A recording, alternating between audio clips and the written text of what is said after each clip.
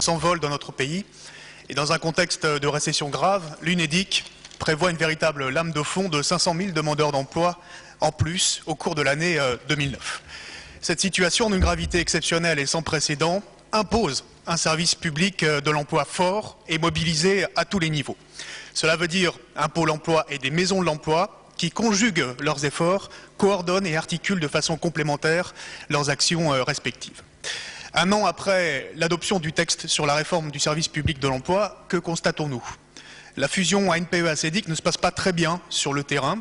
Les personnels du pôle emploi sont submergés par le flot des nouvelles demandes d'indemnisation et voient leurs conditions de travail dégradées alors que les moyens humains font cruellement défaut. Parce que la situation est grave, les maisons de l'emploi, qui sont un outil partenarial décisif entre les différents acteurs sur nos territoires, ont besoin de signes clairs de la part de l'État et de Pôle emploi pour se sentir soutenus et confortés dans leur mission. Sur le plan financier, nous avons besoin que l'État simplifie les procédures et accélère le versement de ses subventions aux maisons de l'emploi. Je prends un exemple local simple. La maison de l'emploi Loire-Sud à Saint-Étienne.